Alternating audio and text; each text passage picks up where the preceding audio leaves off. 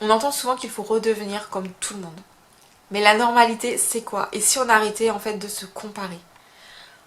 Bienvenue à toi sur cette nouvelle vidéo, j'espère que tu vas bien. Donc le sujet du jour, c'est cette pression en fait à devenir comme tout le monde ou à se sentir normal, surtout quand on a vécu un traumatisme tel que l'inceste. C'est peut-être quelque chose que tu as déjà entendu, ça fait partie des injonctions qui existent et qui sont très fortes, qui rajoutent encore beaucoup de pression sur les victimes, sur les survivants et survivantes de l'inceste, alors que c'est un parcours qui est déjà extrêmement compliqué. Et en fait, déjà, je voudrais dire qu'est-ce que c'est qu'être normal et qu'est-ce que c'est être comme tout le monde. En fait, chacun et chacune est différent et différente. On est tous et toutes uniques, quel que soit notre vécu. Et je pense qu'en fait, l'important, c'est de savoir aussi, c'est de se connaître et de faire les choses comme on les ressent et pas vouloir à tout prix ressembler à tout le monde ou de vouloir faire à tout prix rentrer dans les cases qu'on nous vend un peu dans la société, qui sont... voilà, on a beaucoup d'injonctions de nous dire pour soi-disant avoir l'impression d'avoir réussi ou d'être une bonne personne ou d'avoir une vie épanouissante, il faut cocher toutes ces cases là. Souvent voilà, les trucs les plus courants, c'est il faut faire des études, avoir un travail, gagner de l'argent, se marier, avoir des enfants, acheter une maison. Voilà, c'est un peu les cases un peu habituelles qu'on va nous vendre dans la société, alors qu'en fait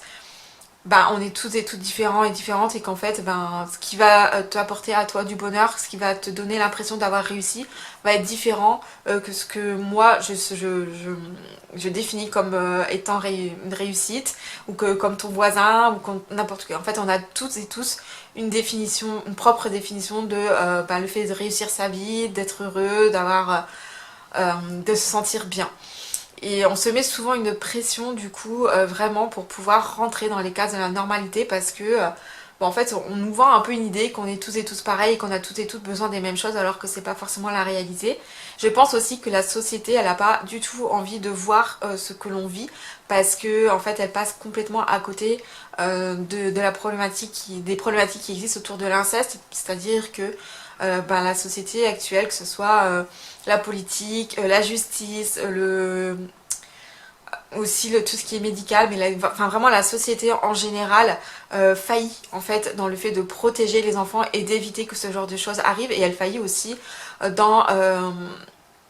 l'aide, l'accompagnement et la reconstruction des survivants et des survivantes de l'inceste. Parce qu'elle préfère fermer les yeux, et du coup elle se remet pas assez en question sur sa propre responsabilité, parce qu'en fait ce n'est pas qu'un fait individuel, c'est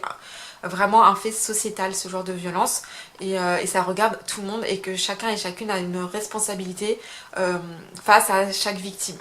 Donc en fait, on peut pas demander à une personne qui a vécu un tel traumatisme, qui a eu des incidences très fortes, des impacts très forts sur son développement, sur son cerveau, sur son état psychologique, physique, mais aussi du coup sur tous les domaines de sa vie, sur ses capacités à se reconstruire, même à se construire tout court, à trouver des solutions, à aller travailler, à s'insérer dans la société, dans le monde du travail, à pouvoir réussir à fonder une famille, enfin voilà, toutes ces choses-là qui paraissent entre guillemets normales et faciles pour la plupart des gens, c'est quelque chose qui est forcément beaucoup plus compliqué pour les personnes qui ont vécu l'inceste. Et en fait, moi-même, je passais mon temps à me comparer toujours aux autres en me disant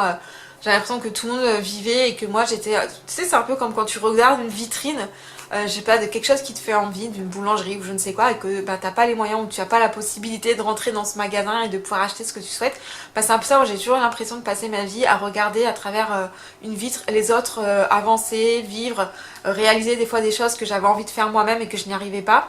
Et comme si en fait tout ça c'était ok pour les autres, mais que pour moi c'était pas accessible et c'était extrêmement compliqué, et je me mettais une grosse pression à faire les choses comme tout le monde, alors qu'en fait c'était juste pas possible pour moi, et que je devais adapter les choses à mon état et à mon cerveau et à la personne que je suis en réalité. Je t'explique comment mon accompagnement aide à se recentrer sur soi, à se comprendre, à s'accepter sans chercher à rentrer dans un moule. Vraiment, le but, c'est de s'adapter à toi, à qui tu es aujourd'hui, ici et maintenant. Et à trouver des choses que vas pouvoir mettre en place à ton rythme, et qui vont t'aller réellement. C'est-à-dire qu'on va aller, c'est pour ça que ça s'appelle révélation de soi, parce que le but c'est vraiment d'aller à la rencontre de toi-même, de savoir les choses qui sont ok pour toi, les choses qui ne le sont pas, les choses dont tu as besoin, les choses qui te font envie, tes propres désirs, tes propres rêves, et de voir comment faire en sorte que tu puisses vivre la vie que tu souhaites réellement et que tu mérites, pas en faisant comme tout le monde, mais en faisant les choses à ta façon.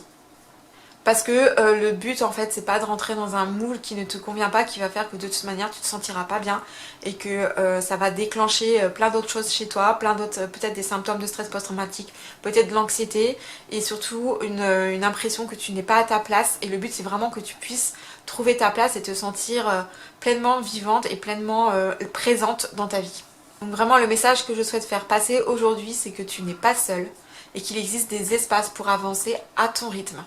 Donc si c'est quelque chose qui te parle, n'hésite pas à me contacter si tu souhaites avoir plus d'informations, ou tu peux cliquer dans la description sur mon site internet pour vraiment voir un peu ce que je propose comme accompagnement. Et puis merci aussi de t'abonner à ma chaîne pour soutenir mon travail, et n'hésite pas à liker, à commenter, à partager ta vidéo autour de toi, parce que peut-être qu'il y a d'autres personnes autour de toi qui seront intéressées par ce sujet, qui auront besoin d'entendre ces mots-là aujourd'hui, parce qu'elles se sentent perdues, elles ont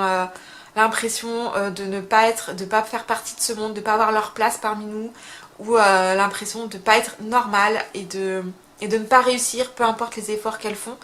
et de ne pas être suffisante. Et c'est vraiment quelque chose que je souhaite te dire, c'est que tu es suffisante et que tu es parfaite telle que tu es, et que tu vas continuer à évoluer chaque jour, et qu'il faut arrêter de se mettre trop de pression parce que c'est contre-productif, et que tu as déjà vécu assez de violence et que tu mérites de pouvoir faire les choses en douceur, en sécurité, et en te respectant et en allant à ton rythme. Donc voilà, vraiment prends bien soin de toi, n'hésite pas à me contacter si tu as des questions, et à très bientôt pour une nouvelle vidéo.